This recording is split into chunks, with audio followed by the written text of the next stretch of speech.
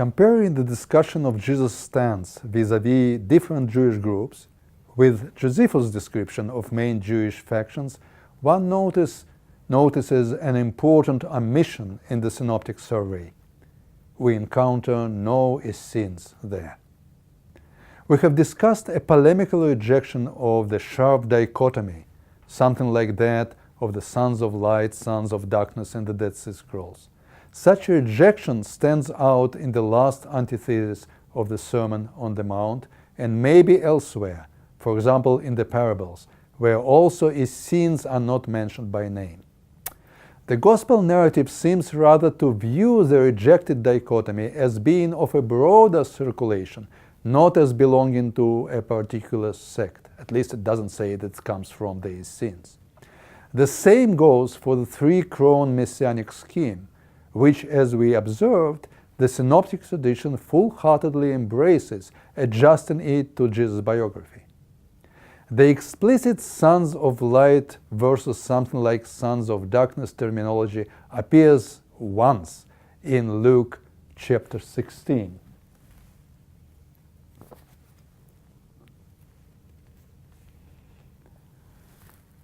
For the sons of this world are more shrewd or wiser in dealing with their own generation than the sons of light.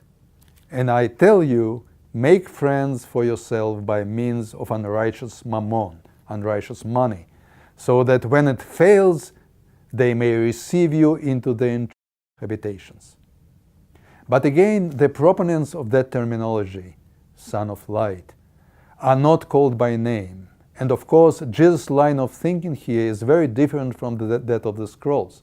He actually commends people who do not distance themselves from the other, and who even use the financial transactions to build friendly relation with the world. Why do the Gospels keep silent about these sins?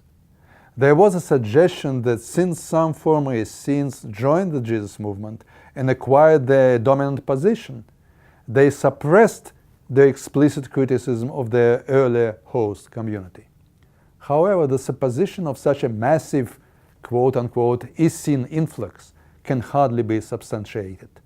Moreover, as we will see in the book of Acts, there seem to have been plenty of former Pharisees who joined the movement and became dominant, which did not prevent the synoptic narrative from criticizing them.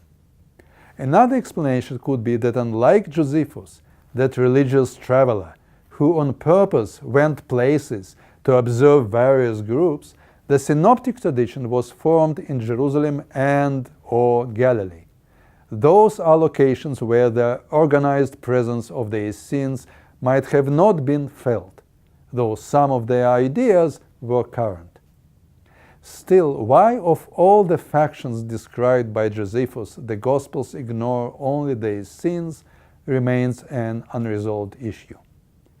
Anyway, the fact that the synoptic tradition aspires to identify Jesus and his followers' outlook vis-à-vis a variety of Jewish groups or factions, so to say from within, indicates that that tradition was formed during a pretty early phase, characterized by an intra-Jewish setting of the Jesus movement.